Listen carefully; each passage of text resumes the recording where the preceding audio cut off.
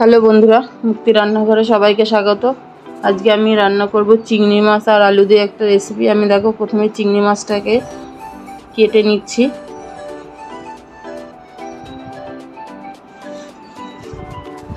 চিংড়ি মাছগুলোকে আমি সব এইভাবে কেটে নিয়েছি। এখন চিংড়ি মাছটাকে আমি ধুয়ে নেব। চিংড়ি মাছটা ধোয়া হয়ে গেলে চিংড়ি মাছের উপরে আমি দিয়ে দিচ্ছি লবণ আর দিয়ে দিচ্ছি হলুদ, দিয়ে আমি চিংড়ি মাছটাকে ভালো করে মেখে নেব। চিংড়ি মাছটা মাখা হয়ে গেলে আমি একটা কড়াইয়ের ভিতরে দিয়ে দেব সর্ষের তেল। তেলটা গরম হয়ে গেলে আমি চিংড়ি মাছগুলোকে এক এক করে তেলের ভিতরে দিয়ে দেব। তারপর এদিক ওদিক ওলট পালট করে দুপাশটাই লাল লাল করে ভেজে নেব। মাছটা ভাজা হয়ে গেছে, এখন আমি মাছটাকে তুলে নিচ্ছি। এখন এই তেলের ভিতরেই আমি দিয়ে দিলাম ছোট ছোট করে কেটে রাখা আলু। আলুর উপরে দিয়ে দিলাম নুন আর দিয়ে দিলাম হলুদ। এখন আলুটাকে আমি ভেজে নেব। আলুটা ভাজা হয়ে গেলে আলুটাকে তুলে নিচ্ছি।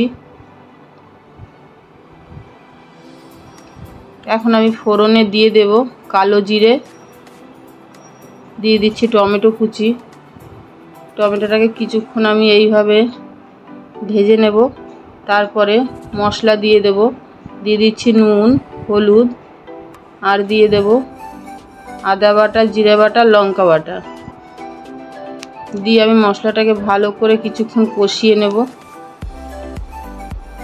মশলাটা ভালো করে কষানো হয়ে গেলে এর ভিতরে আমি দিয়ে দিচ্ছি ভেজে রাখা আলুটা।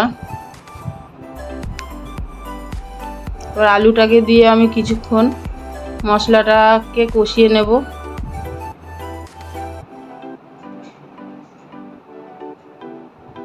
আলুটাকে ভালো করে কষিয়ে নিয়েছি। এখন আমি সামান্য পরিমাণে জল দিয়ে দেব।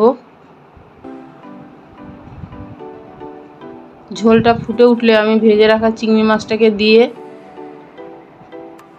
কিছুক্ষণ এটাকে ঢাকা দিয়ে রান্না করে নেব।